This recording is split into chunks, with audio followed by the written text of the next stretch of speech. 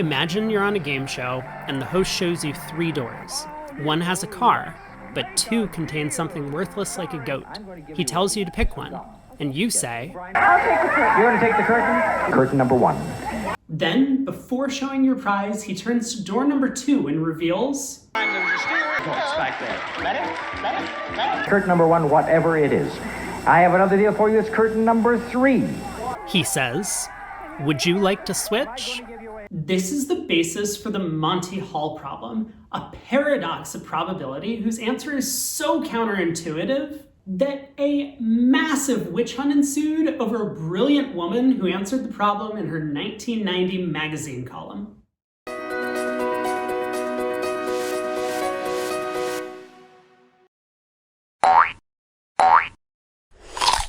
Marilyn vs. Savant wrote, yes, you should switch.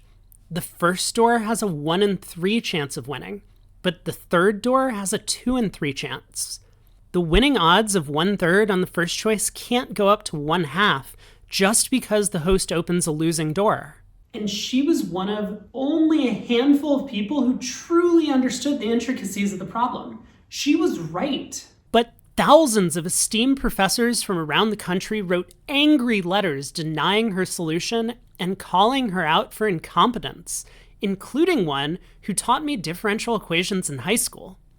Small world. But that's not what I want to talk about today. If you want to learn more about Marilyn's story and the aftermath of what happened, check the links in the description. Many of you are probably familiar with the Monty Hall problem, and 35 years later, it's less a paradox and more of a fun puzzle. There are plenty of ways to solve this problem, and I'll quickly go over the one that Marilyn came up with. But stay tuned. There's an insight coming that you probably haven't heard before, which may provide better intuition. Savant presented the following table to her readers to explain her reasoning. It's pretty convincing, but you might be wondering something. Why are there 3 cases instead of just 2? When in one of the cases, there's actually a car behind door number 2. Wouldn't that reduce the number of cases to 2 and make the odds for switching and staying 50-50? Now, I want to introduce a little-known probability principle called restricted choice. In essence, it says that if someone has 2 equal options to choose from, they'll pick each one about half the time, and it generalizes to more choices as well. Let's see this principle in action using a different logic puzzle.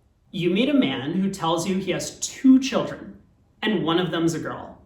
What are the chances both are girls? A solution like this one may seem visually similar to the Monty Hall problem, and it is for good reason. These 2 problems are equivalent. Let's consider the second puzzle and apply restricted choice. The 2 children are each individual entities. Visualize them standing next to each other, one on the left and one on the right. The father chooses one of his 2 children to tell you about. Suppose it's the child on the left. There are now only 2 possibilities, girl-boy or girl-girl. Seems like 50-50, right? Not exactly. In the case where the father has 2 girls, he would have been equally likely to tell you about the left or right child. So this possibility needs to be discounted by a factor of 2. In the case with a girl and a boy, his choice was restricted. This means the right child is twice as likely to be a boy, and the odds of 2 girls is 1/3. Looking back at the Monty Hall problem, let's ignore the first door for a minute and think just about the other 2. The host has revealed door 2 to have a goat.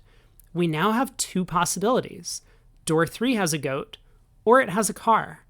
But exactly the same way restricted choice applied to the previous example, we can use that same principle here. If there were goats behind both doors 2 and 3, the host would have had an equal chance of revealing either door.